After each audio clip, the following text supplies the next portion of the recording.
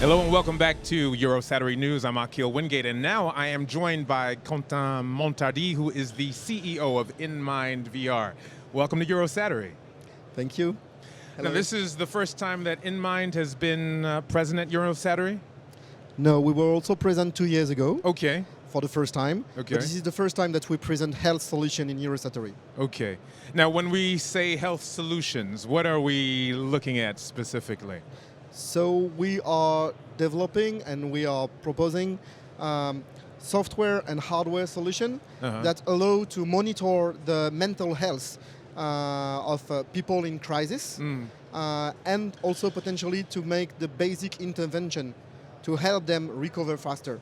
Especially we are speaking of post-traumatic disorders. Wow. And all our tools are made to make the life of the psychiatrist easier, not to replace them, but to use the same protocol that they use every day and that they love to use, but on the field, and that can be manipulated by operators who are not psychiatrists, get the data like questionnaires or some physiological data or even behavioral data from the potential patient who has suffered a crisis, and then send this information back to the psychiatrist wherever he is.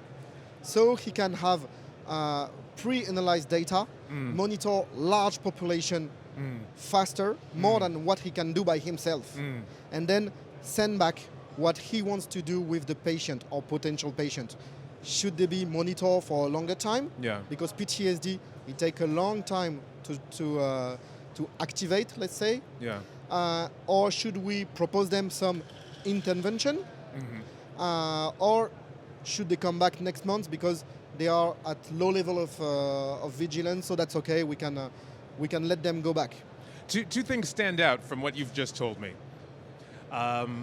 In so much that people who are on the ground can be monitored and assessed in a sense, it helps to eliminate that gap of time that might take place before that person on the ground actually gets to see that psychiatrist wherever they may be. Number one. And then number two, the idea that that data can then be sort of filtered back to the psychiatrist who will prepare sort of a game plan on how to treat that person that's on the ground. Now, going back some years, traditionally, that didn't exist. And so the time gap that existed between when someone who might be in the throes of PTSD getting to the treatment that they need could be enormous. Where did the conversations begin? Where did the ideas develop to conceptualize this product? In fact, actually, the core activity of INMIND VR is to, in general, evaluate cognitive performances and cognitive functions. So we design tools that are able to be deployed anywhere. And we also, obviously, because we are all neuroscientists in the team, we are discussing a lot with psychiatrists. And we realized that during crisis, the psychiatrist first could not be there on time. Most of the time they arrive a bit late. Yeah. And they are not enough to treat everyone because it takes a long time to ask questions to people. So we realized that our tools could help them to at least make the basic questionnaire and basic test to a maximum of person. Obviously, it's not replacing any psychiatrist. Yeah. But the idea was discussing with them. It was, okay, now every day I can help 5 to 10%, but with your tools, maybe I can help 50 or 100 persons.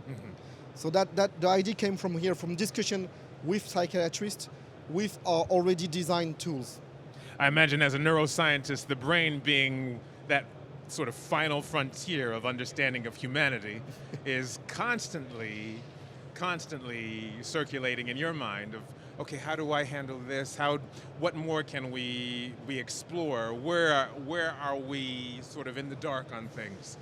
Exactly, and this is exactly why we are doing this kind of tools, because as neuroscientists, we are specialized in extreme environment originally, and the idea was, okay, that's good but the idea is to come and get the data where they are, where the people are, and that's how we managed to design all this system to be on the field with people, where they work for the industry, or in the case of Helped and all this initiative around Helped, to be here for the people in need, even if it's very far away, and that nobody is here to help them. Present, so to speak. At present, yeah.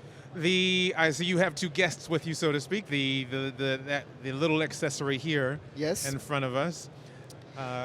What am I looking at exactly? So it's a little box that we call the MIND box. Okay. It's made to deliver the basic behavioral tests, the basic questionnaires, and also to record physiological activities when needed, like heart rate variability, for example. Okay.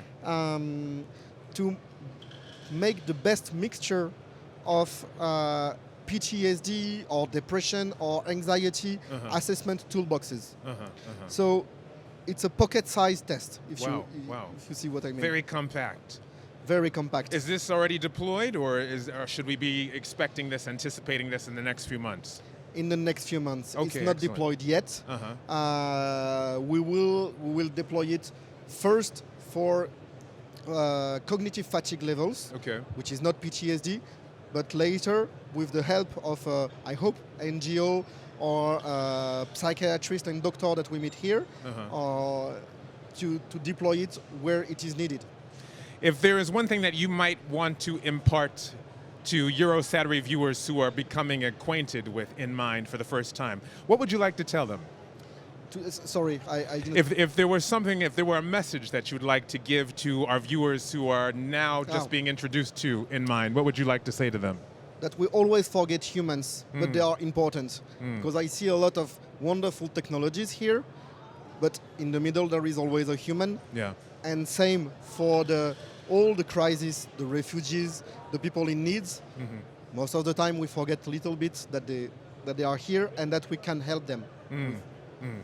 Quentin, MONTARDY, thank you so much for joining us. It's been a pleasure talking to you. Thanks to you. That is Quentin, MONTARDY, who is the CEO of INMIND, who's here at Eurosatory. We'll be back after these messages, so please stay tuned.